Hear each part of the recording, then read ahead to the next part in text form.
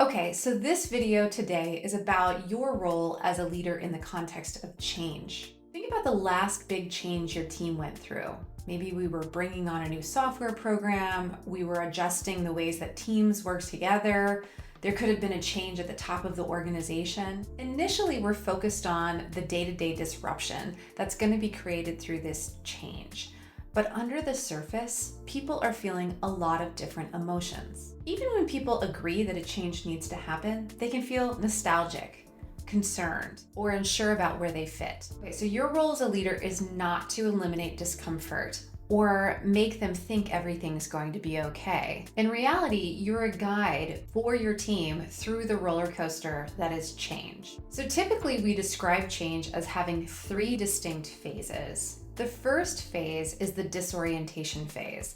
This is when we become aware that there is going to be a new way of doing things. The second phase is the reorientation phase. It's when we're getting our footing and trying to find our way. And then the last phase is often called the new normal. It's when we've started to get used to the way things are now. What's our role throughout the journey? In the disorientation, people are often feeling strong emotions, and a lot of times they're negative. They might feel regret or loss, worry, fear. They may feel confused. And in the context of these emotions, it's helpful for leaders to show up as good listeners. In fact, you may be the person communicating the change.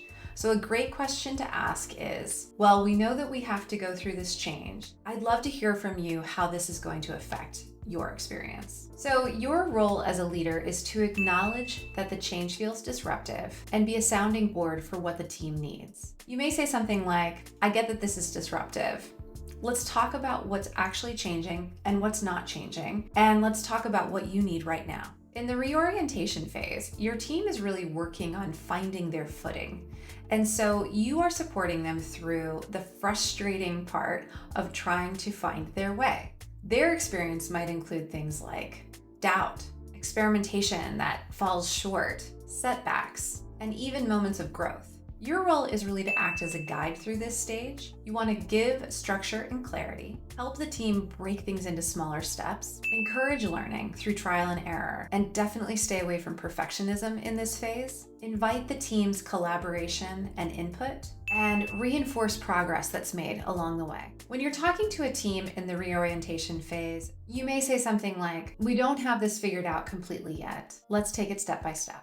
Okay, when we get to the new normal, things are starting to make sense. Your team has gotten its footing, and most people are in acceptance about the change that's happened. In this phase, energy begins to return to the team. People begin to feel more motivated, and you are there to keep things going strong. Here are a couple ways that you can show up. Definitely celebrate wins and acknowledge how far the team has come. It's important to reinforce the new habits and systems that are making things work better now. It's also important to keep expectations clear and help the team refocus on the long term. Something you might say to the team is, we've made tremendous progress here, and I'd like to shift us to thinking long term again. So the next time a change comes up in your organization and you're the person who has to walk your team through it, begin to think it out in these three stages.